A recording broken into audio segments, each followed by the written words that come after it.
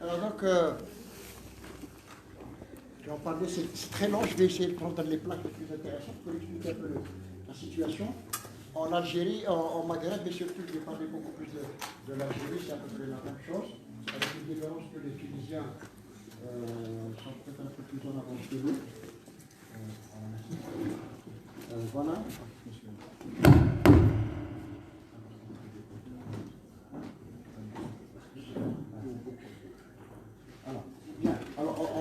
On appelle arbovirus, ce sont des infections virales qui sont transmises par des arthropodes. Arthropodes, ce sont des insectes avec des membres articulés. Et ce sont toujours, pour la plupart, des infections virales zoonotiques. Et il existe plusieurs virus, dont à peu près une centaine sont transmissibles à l'homme. Et les arthropodes les plus fréquemment rencontrés, ce sont les genres de moustiques et puis les tiques. Il y a d'autres transmissions accidentelles qui sont décrites et qui arrivent aussi, c'est la transfusion sanguine, on en a parlé ce matin, les greffes d'organes, messieurs les greffeurs, et les transmissions sexuelles, vous en avez certainement entendu parler de l'histoire de dengue et de Zika, transmises par voie sexuelle. Donc le rôle de l'arthropode, c'est un vecteur actif, chez lequel le virus va se multiplier, va devenir plus infectant. Le vertébré, lui, c'est le réservoir. Alors, et l'homme, en fait, dans cette histoire, ce n'est qu'un phénomène accidentel. L'homme ne rentre pas dans le circuit de circulation des arbovirus. Ça se passe dans un milieu zoonotique entre les animaux et les maladies sont transmises par ces arthropodes. Le virus va subir des transformations au niveau de son intestin, au niveau des glandes salivaires, et puis il va transmettre ce virus à sa descendance. L'arthropode va descendre avec une transmission verticale, et le virus reste infectant pendant toute la vie de cet arbovirus. Elles ont toujours une clinique qui est trompeuse, c'est-à-dire que près de 80% des arbovirus sont asymptomatiques. Ben, je suis en train de parler ça. C'est pas la peine alors. C'est bon. Non, non, c'est pas bon. Si, c'est bon. C'est bon. Non, c'est pas la peine. Donc, asymptomatique dans 80% des cas. C'est-à-dire, on va passer, c'est pas la peine. On va passer à côté. Et quelquefois, on va trouver un syndrome grippal.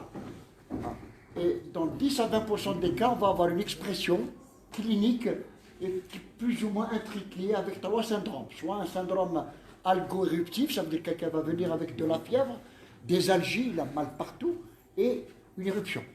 Ou bien ça peut être, c'est comme le cas de la dengue chikungunya, ou bien du Zika, et ça peut être des formes hémorragiques, la fièvre jaune, Crimée-Congo, ou bien des formes neurologiques qui sont essentiellement le West Nile en Algérie.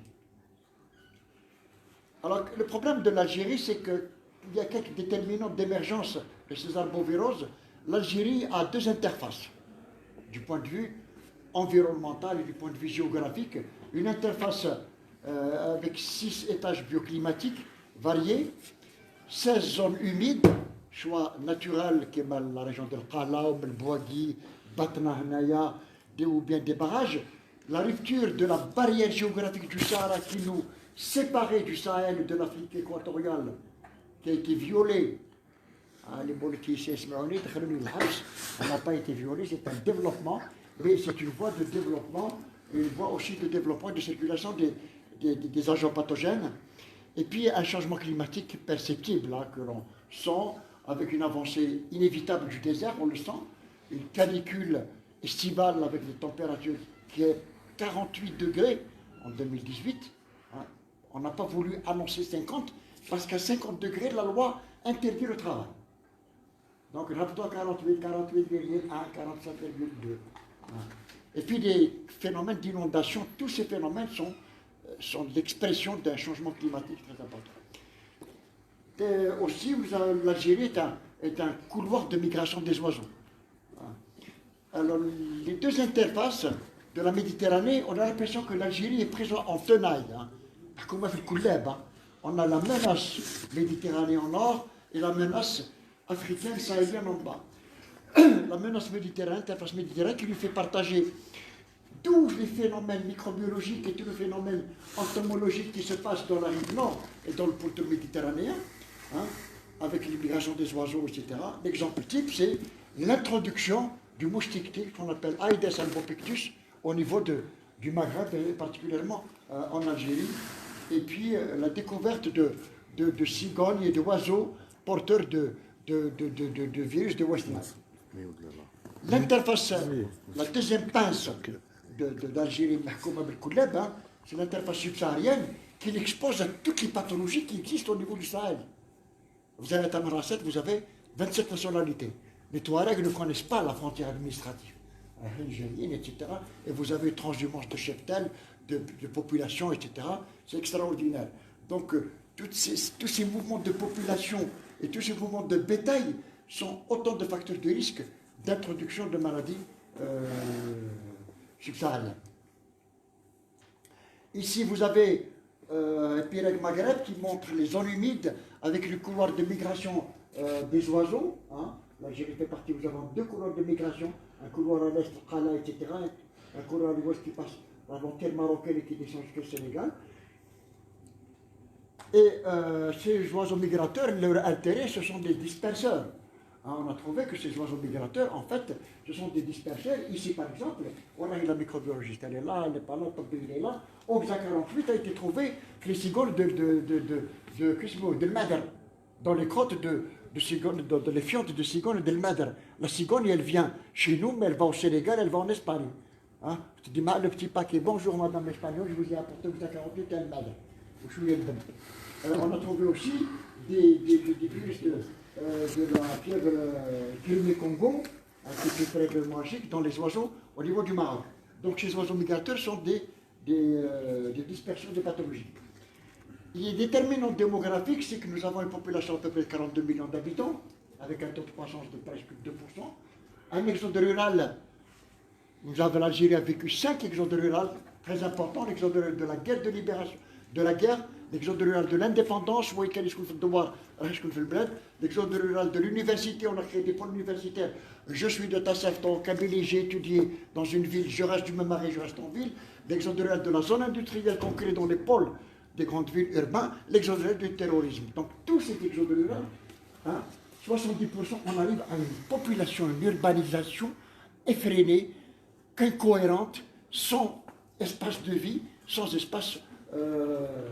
70% des Algériens vivent en zone urbaine. Et on arrive à 82% en 52, en 2050. Cette surpopulation urbaine est à l'origine de ceintures de périurbanité avec des bidonvilles et des postes de précarité. Et qui dit proche de précarité, vous imaginez tout ce que vous voulez dedans. Deuxièmement, il y a un facteur déterminant, c'est la vulnérabilité par un vieillissement qui est un gain en espérance de vie, 76,7 ans, mais c'est un gain aussi, c'est un facteur de risque, hein, avec toutes les pathologies dont on vient, le diabète, l'hypertension, etc. Et à l'origine d'épidémies de maladies chroniques, immunodépression, VIH, chimiothérapie, etc. En greffe, on met les malades et sur autant de facteurs de risque très importants. Et l'hospitalier de Khalina. Création de populations mobiles, hein, champs pétroliers, gaziers du Sud, périmètre agricole. Les voyages, l'Algérien voyage beaucoup. La Malaisie, voyage, liberté, commerce, pèlerinage, tourisme, aucune information sanitaire. Aucune information. Il faut voyager là, c'est voilà. Changement, au niveau des changements de comportement, que ce soit tendance à la restauration du fast-food, etc. Et les changements sociaux qui sont très très importants. Développement économique, développement agricole, on en a parlé, donc introduction de cultures intensives, l'élevage de Ain Toutaï connu pour les poulaillers, il y a plein. Élevage agricole, 15 fermes d'aquaculture, on élève des poissons aussi, les crevettes et tout. Hein. Et projet USA, des aides avec des fermes de 20 000 têtes à Adrar, de vaches laitières. Voici l'importation des choses pour les conteneurs, les importations en Algérie. Vous allez dire, monsieur, où je l'importation, et ben vous importez des conteneurs d'Asie, et dans les conteneurs, il peut y avoir des moustiques. C'est tout, à la Macan. Et des rats pour la peste et tout ce que vous voulez. L'épidémie de la peste, de la peste et quoi. Les grands projets agricoles, donc ici, on va développer l'Albien, l'adduction de haut plateau avec l'eau fossile de l'Albien, on va irriguer, puis on va créer des microclimats avec le développement de tous les vecteurs possibles. Autre chose, les flux migratoires. L'Algérie est un pays de transit et d'accueil où on recense à peu près 50 ou 75 000. Vous avez vécu, on a tous vécu les migrations africaines. Voilà. Alors, la première arbovirose dont je vais parler, c'est le virus de la fièvre du Nil occidental ou West Nile Fever. C'est une arbovirose West Nile est connue en Algérie depuis très longtemps. Hein, mais il y a une menace très importante d'extension. La deuxième, c'est chikungunya, dengue et Zika, qui sont possibles, l'introduction est possible. La fièvre du Valais du Rift, elle est inévitable, le Sahel en bas, et puis Crimée-Congo, ça le m'étonnerait. Bien. Alors, Alexandre le Grand est mort à Babylone avec un tableau clinique, et quand les historiens de la médecine du CDC ont repris un peu son histoire, ils ont trouvé qu'il présentait absolument les symptômes du West Nile, la fièvre du West Nile. On pensait que c'était une typhoïde, un paludisme, etc. Mais en fait, quand on a retenu le fait qu'avant sa mort, il y a eu une mortalité très importante des corbeaux, hein, et quand les corbeaux meurent, comme ça, les oiseaux meurent, ça veut dire qu'il y a un virus qui est en train de circuler. Et diagnostic retenu, Alexandre le Grand est mort de fièvre de West Nile. Alors qu'est-ce que c'est que c'est un virus qui est connu en Algérie depuis 1975. L'épidémie de Bouguermouh a décrit à Timimon en 1994 où il y a eu près de quelques dizaines de cas avec une mortalité infantile importante. Et puis, gros problème, en Tunisie, c'est apparu en 2012, il y a eu l'épidémie. Alors, lui, c'est West Nile. Il est dû à un virus, qui a été découvert dans la rive gauche de l'Ouganda, du Nil occidental. C'est pour ça qu'on l'appelle le virus du West Nile, chez les animaux et puis chez l'homme. Et puis ce virus, il est parti avec les oiseaux migrateurs en Égypte, Israël.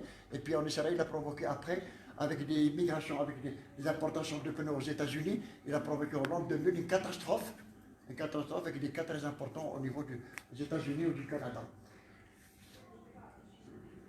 Les réservoirs, ce sont des oiseaux qui jouent un rôle amplificateur, et tous les oiseaux sont sensibles et généralement ils ne développent pas la maladie.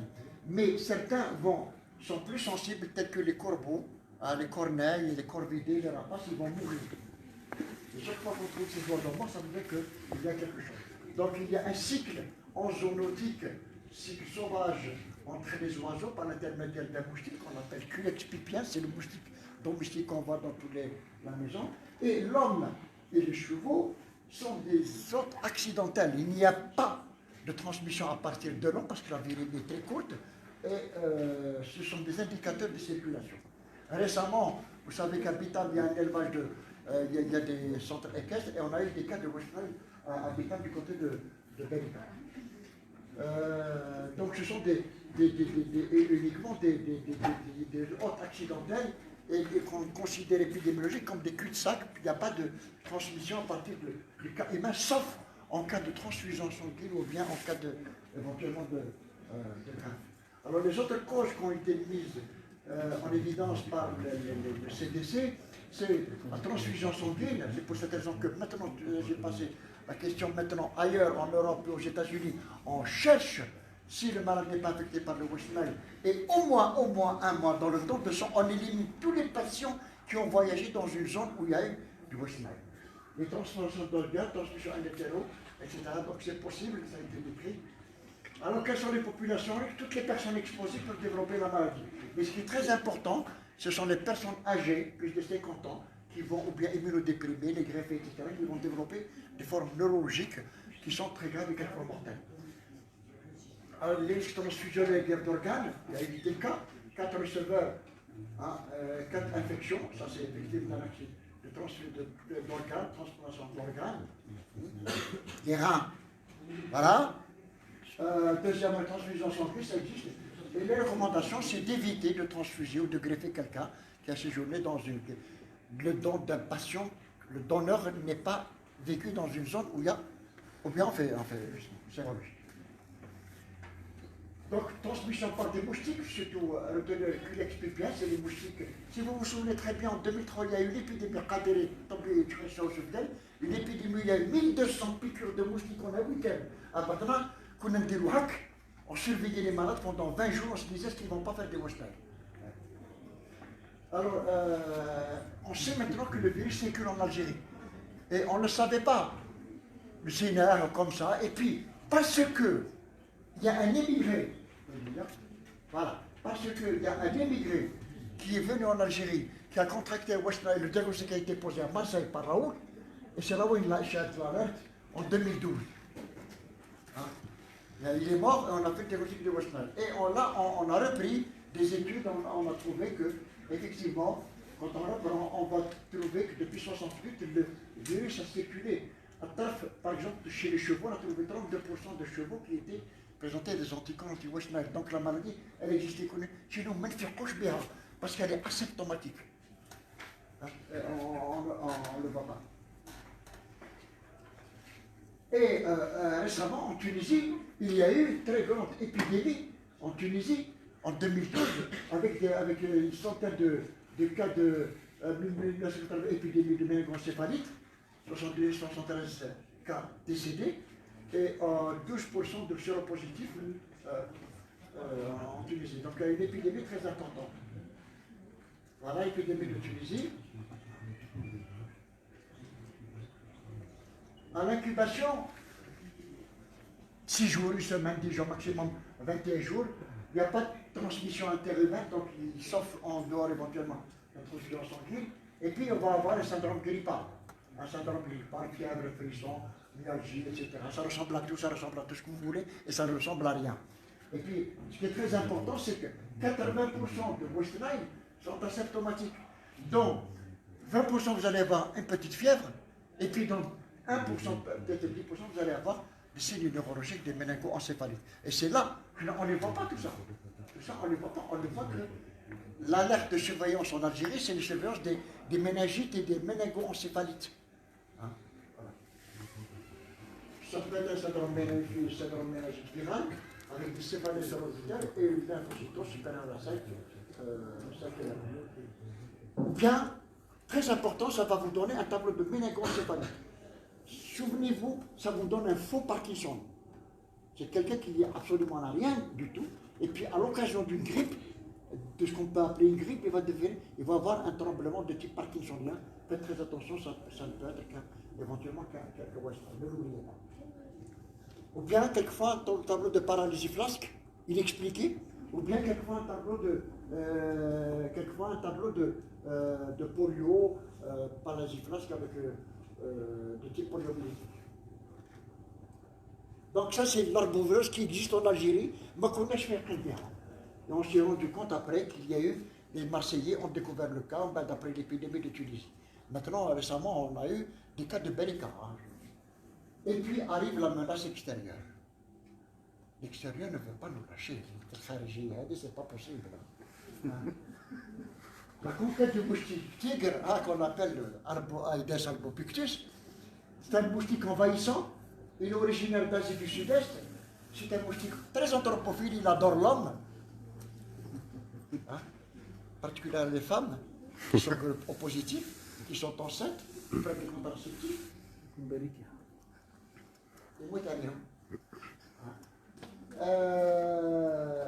Donc c'est un moustique anthropophile. Il est envahissant, c'est-à-dire que quand il s'installe dans une région, il chasse les autres moustiques. Ah, il prend leur place du point de vue dominant. Voilà. Il a une diapause, c'est-à-dire que la femelle, il est capable de survivre à des températures très basses. Ce qui lui a permis de se venir d'Asie du Sud-Est, de s'implanter en Europe. Il est arrivé jusqu'en Belgique. Donc il a conquis toute l'Europe. Il a une activité diurne. Ce n'est pas le petit moustique qui arrive le soir, c'est le petit moustique qui dit Fernand, ça va, je vais voir des plus jolis, je l'applique là. Alors il est compétent pour le Zika, hein, ce n'est pas le principal, mais il est compétent pour le chicken gunyai, pour la dengue. Et voici sa distribution avec Aïdès Al-Egypti dans le monde. Voilà, et son installation avec en Europe. Partout, il est arrivé jusqu'en Allemagne, ainsi en Algérie. Voici où est-ce qu'on peut le trouver. Il vit dans n'importe quoi.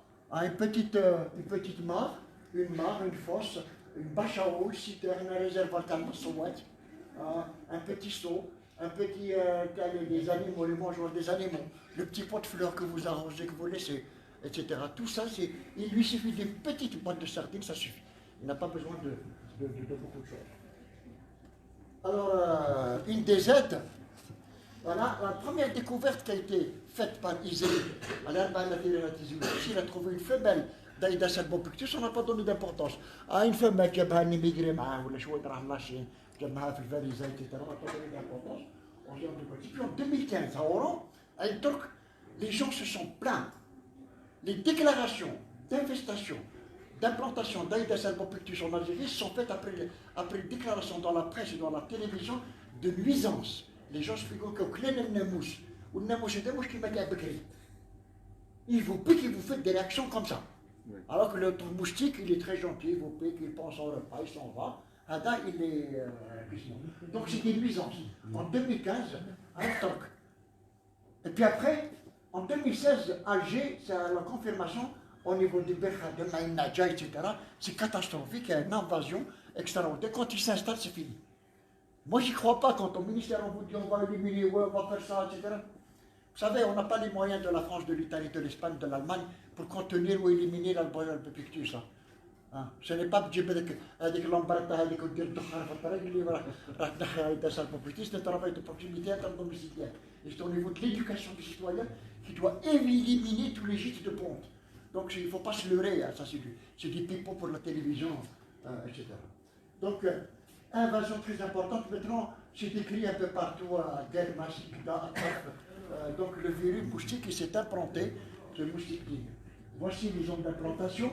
Ça c'est Alger, maintenant les zones dans toutes les wilayas, il y a Kelma, Tarf, partout. Il est écrit tout le littoral. Alors ça c'est ce qui est très important. Facebook a joué un rôle très important. Et c'est pour ça que l'Institut Pasteur a bien fait, avec le collège des infectiologues et le réseau des épidémiologistes algériens, de lancer l'alerte de signalement. Et chaque fois que les gens se font piquer par des moustiques, ils le signalent par Facebook. Et voici les captures qui ont été faites par des citoyens, des photos de citoyens.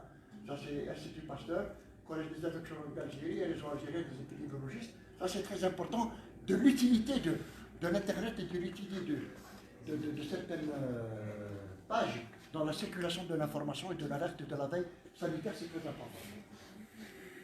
Voilà.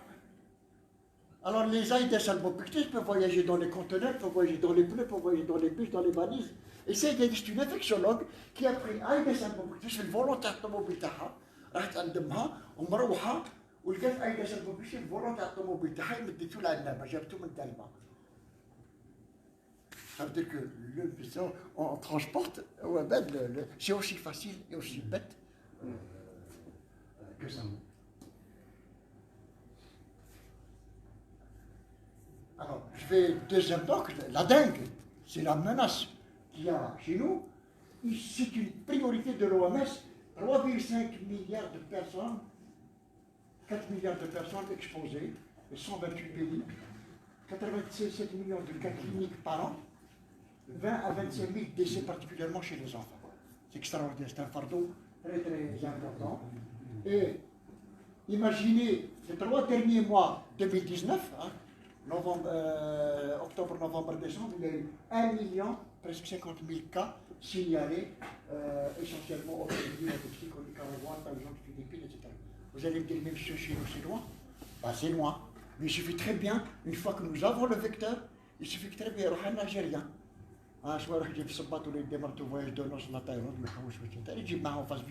Il se fait piquer, et puis on va recréer le cycle algérien, et on sera كيما حنا كيما الاخرين واذا عمت خفت سي بير فراس هذوك تاع هاي كاينه تيروريزم كاين بارتو باش غير حنايا ولا فين سي بحال دونك ici c'est la distribution géographique des cas algériens. Alors, ici, c'est en Europe, essentiellement des cas importés. Hein? Alors, vous rentrez dans le CDC, vous appuyez. En France, par exemple, ils ont à peu près, oui, bien France, en France, 333 cas importés chez des voyageurs qui reviennent de zones où il y a de la dengue. Mais vous avez certainement lu aussi qu'en Espagne, en Italie et en France, il y a eu des cas autochtones. Il y a eu des cas autochtones avec des épidémies et qu'il y a eu même des transmissions sexuelles qui n'ont pas été décrites ailleurs dans les pays où la maladie sévit. Donc, plan de lutte en France, des centaines de cas importés. En Algérie, on a décrit le premier kahna en 2015, importé chez un étudiant bataillon qui était aux Philippines, qui est revenu. On a posé le diagnostic du premier cas de dengue importé. Voilà. C'est à partir de là que ça a été inscrit dans le MDO. Hein? C'est rentré dans le MDO. En fait, à partir de là, il a été créé le Comité national de lutte contre les tuberculoses, qui pour le moment se limite à décrire les premiers cas importés éventuellement et surtout faire de la surveillance entomologique avec une vulgarisation de ce moustique. Les impératifs nationaux, c'est quoi? Il faudrait que tous les infectiologues, tous les épidémiologues, tous les généralistes doivent penser. Qui m'a qu'on appelle le paludisme, quelqu'un qui revient d'un pays où on pense au palu avec une fièvre, maintenant il faut penser à la dengue, il faut penser aux économies. Parce qu'il est très important que l'on trouve les cas importés.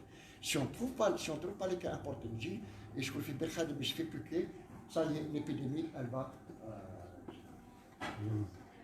Donc, dans les pays où le moustique existe, plutôt en Asie par exemple, c'est les pays maintenant humains, moustique et humain. C'est-à-dire que c'est un moustique, c'est un cercle selvatique entre les singes, et puis l'homme, le cycle urbain, c'est l'homme, moustique, homme, voilà.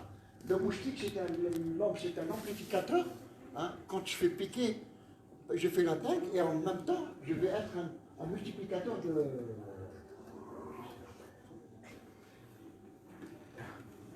Alors, clinique, très simple. L'OMS, avant, il y avait beaucoup de définitions, maintenant, l'OMS, dengue simple, dengue sévère. Hein. Très important. Ça passe souvent inaperçu, on sait fièvre, une éruption, etc. Et quelquefois, on peut arriver à ce qu'on appelle la dengue sévère avec un choc hémorragique. Je ne rentre pas dans le détail, je vous montre juste très important. Phase fébrile 4 à 7 jours. Un syndrome algique, une douleur musculaire. Dengue, ça veut dire qu'il vient. Il a tellement mal qu'il ne peut pas. C'est ce qu'on appelle dengue. Douleur corporelle généralisée de myalgie parasique. Très important, les douleurs rétro-orbitales. Les maladies viennent avec de la fièvre. Vous savez que c'est une grippe avec sinusite. On fait dans la radio, il y a une guérison du sinus, c'est rien du tout. Très attention, douleur rétro-orbitale. De séparer aujourd'hui. Et puis un syndrome éruptif avec exanthème, une éruption, hein, qui ressemble à presque rien, qui est difficile de distinguer des autres maladies. Et très souvent, à ce stade déjà, on va trouver des premiers signes du syndrome hémorragique qui va être emmené soit par des pétéchies, le signe de tourniquet que l'OMS reconnaît comme un critère. Tourniquet, on prend la tension artérielle 14,9, prend la moyenne 14,9, avec la moyenne à 8. Je gonfle le parassar à 8, je trace 2 cm, un carré de 2 cm de côté et j'attends le nombre de pétéchies qui vont arriver. Si des pétéchies arrivent, c'est un signe, ce qu'on appelle le signe de tourniquet, très important. On peut trouver après une hépatomégalie, et très important, qui a attiré l'attention, c'est la diminution progressive de la leucocytose. Ainsi, l'éruption, ça ressemble un peu à beaucoup de choses. Hein. Le signe du pochoir, dans une éruption, vous allez mettre la main sur l'éruption, vous allez tracer votre main. Vous mettez le statocope, vous dites, ce qu'on appelle le signe du pochoir. Ça, c'est des caractéristiques des fièvres arbovirales. Voilà ici le tourniquet dans l'OMS, CDC. Alors l'évolution possible, les sensibles d'alerte, donc dengue probable, simple, etc. Il n'y a pas de risque, il faut hydrater le malade, des antibiotiques, surtout, pas d'aspirine, jamais d'aspirine. Il ne faut plus jamais donner d'aspirine dans les infections virales. C'est fini, glace. D'accord, donc du paracétamol. Et encore, le paracétamol commence à revenir sur le paracétamol. Aussi parce que particulièrement, n'oubliez jamais, paracétamol alcoolique. Hein. Sensibilité hépatique très importante contre des insuffisances.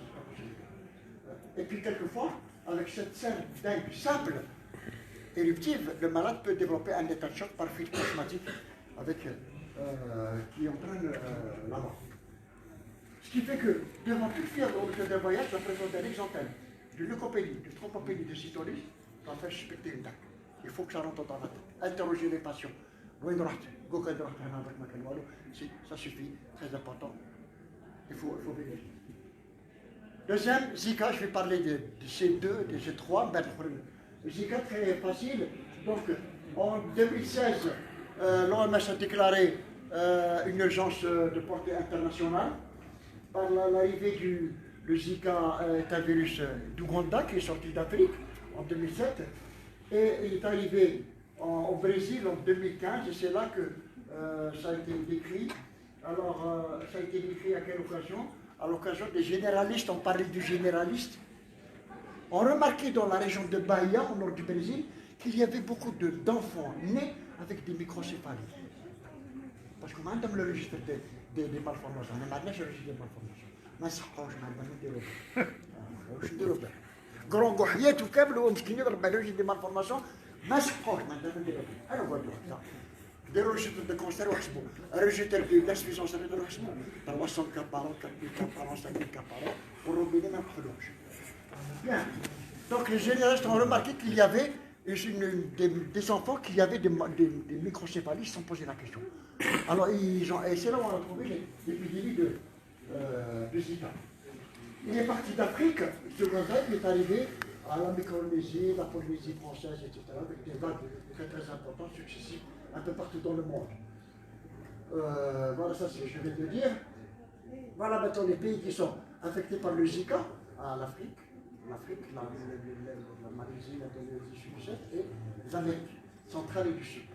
Transmission, toujours, Aedes aegypti, Aedes albopictus, qui sont les mêmes, donc nous avons ce vecteur. Ah ben, très bien, hein, quand les Algériens sont partis pour la coupe du Monde au Brésil, parce que ça se transmet aussi par voie sexuelle. Et les Algériens, c'est des gens très croyants en Dieu qui ne font rien en dehors de leur maison. Ils sont très gentils, ils ne font rien du tout. Même quand ils le font, ils ne prennent même pas les précautions. Et ils font ça naturellement. Voilà, ils ne prennent même pas les précautions nécessaires. Hein? Ça, j'enfonce le clou. Hein. Voilà. Donc, ok, alors ça se présente comment? Ah ben, c'est la même chose presque. Hein. Un exanthème papillomaculeux, hein, une asthénie, une fièvre, une athargie conjonctivite. Ça ressemble à une rougeole, mais qui n'a pas de copeaux. Tiens. On a eu beaucoup de rougeoles où il n'y avait pas de copeaux. Tiens. Parce qu'en épidémiologie, diagnostic épidémiologique, il faut le cas des classes. Diagnostic épidémiologique, il faut 5 cas et confirmer le reste qu'il faut considérer. Voici donc l'exanthème de la fismouche. Ça ressemble un peu partout. Hein. Voilà, conjonctivite. Les microcéphalies. Deuxième gros problème, c'est les Guillain-Barré. Quand il y a des épidémies de Guillain-Barré comme ça, soit c'était un West Nile, soit c'était un Campylobacter épidémie de Mulboagui de 2003. Il y a eu des cas de Guillain-Barré à Mulboagui, c'était la filière avicole, c'est le Campylobacter. Parce que le Campylobacter, c'est la filière avicole. Si on touche les pollets de l'altitude, c'est qu'il y a. Donc alors il ne faut pas en parler, donc je n'ai rien du tout. Alors quand il y a des cas de Guillain-Barré comme ça, il faut se poser des questions. La fièvre diarrhéique, juste pour une menace au sud, parce qu'il y a eu des cas en Mauritanie, il y a eu une épidémie en Mauritanie, et puisqu'il y a en Mauritanie et au Niger, donc on risque d'avoir un peu du cheptel qui va rentrer. Pour le moment, c'est passé par projet. Mais quand même, en Tunisie, ça a été démontré qu'il y avait des cas qui étaient circulation de ce virus en Tunisie. Grippe Congo, ça ne transmet pas du tic, c'est une fièvre hémorragique. Or, il n'y a pas de preuve. Il y a eu une étude qui a montré qu'il y avait des tics du côté de Bayern qui étaient porteurs de ce virus. Et on a retrouvé ça aussi chez des trucs en Maroc. Mais pour le moment, en Algérie, on n'a pas encore de preuves. Merci. Voilà. J'ai vu combien de temps, j'étais rapide.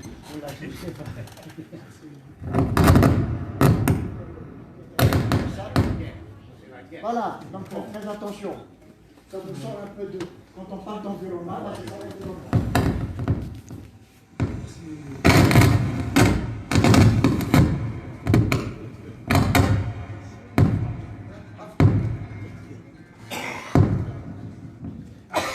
Merci professeur Alfredo pour cette excellente présentation. Et finalement, le professeur Padir avait raison d'insister sur cette présentation. Ça vous sort du sujet. Et ça fait plaisir toujours.